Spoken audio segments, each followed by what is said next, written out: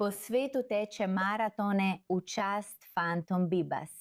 Teče oblečen kot Batman. Družina Bibas ostaja v srcih vseh Izraelcev.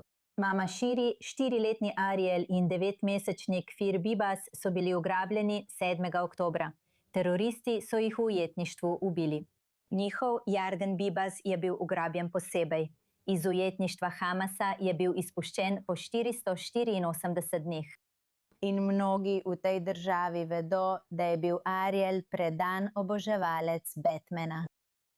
In nekdo, ki to zelo dobro ve, je Joel Levi, judovski fitness trener, ki se nam zdaj pridružuje v studio v Batmanovi opravi v spomin na brata Bibas. Tečeš z Arielom in Kfirjem Bibasom v srcu. Povej nam, kako se je vse to začelo? Vse se je začelo, ko sem lani tekel polmaraton ob Mrtvem morju in sem nameraval nekaj časa ostati v Izraelu. In sem si rekel, naslednji je Jeruzalemski maraton. In sem pomislil, kako lepo bi bilo teči Jeruzalemski maraton.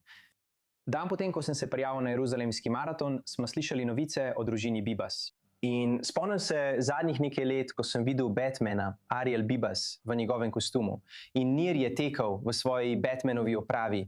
Vprašanje, koliko mu to pomeni.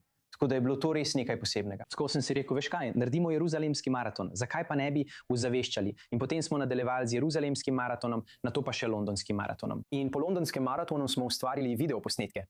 In ti videoposnetki so dosegli milijone ljudi po vsem svetu. Ampak mislil sem, da so to milijoni Judov. V resnici pa je šlo za milijone ne-Judov. In prvič so slišali za družino Bibas. Bil sem šokiran, da nihče ni poznal te družine. In moral sem, in to mi je dalo motivacijo, da nadaljujem, potujem po svetu in poskušam ustvariti čim večjo ozaveščenost. Medtem ko govoriš, gledamo slike tebe v obleki, kako tečeš na različnih maratonih. Vem, da je bil tvoj zadnji maraton v Cape Townu. In veliko ljudi iz judovske skupnosti je prišlo z oranžnimi baloni in zastavami. Povej nam, kakšen je občutek teči, ko veš, da so ljudje prišli podpreti to, kar počneš, in da se to dogaja po vsem svetu. To je zelo lepa stvar, zelo sem hvaležen. In vem, da je tudi družina zelo hvaležna in da jim je ta podpora zelo všeč. Cape Town maraton je bil zame zelo zahteven, še posebej pred samim maratonom. In vedel sem, da sem to težko prenesel. Bilo mi je res težko. In judovska skupnost se je združila, pa tudi prijatelji judovske skupnosti so se združili in to je bil res lep dogodek. Bilo je, ne vem, morda 800 do 1000 Judov ali prijateljev Judov z oranžnimi majicami, baloni, zastavami. In bilo je zelo pomenljivo, ker je potovanje na drugo stran sveta precej naporno.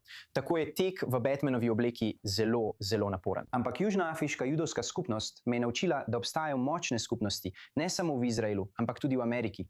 Močne judovske skupnosti po vsem svetu. Prej v oddaji smo govorili o porastu antisemitizma v mnogih delih sveta. Vem, da delaš z mladimi ljudmi v številnih delih sveta.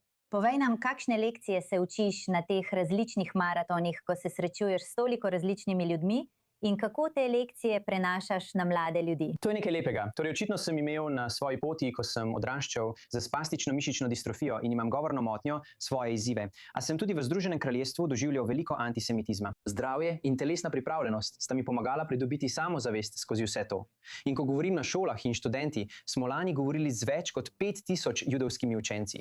Pravim jim, veste, gre za to, da najdete samozavest v sebi. Gre za to, da odkrijete, v čem ste dobri in najdete samozavest v sebi. In to vam bo pomagalo, da boste bolj ponosna oseba.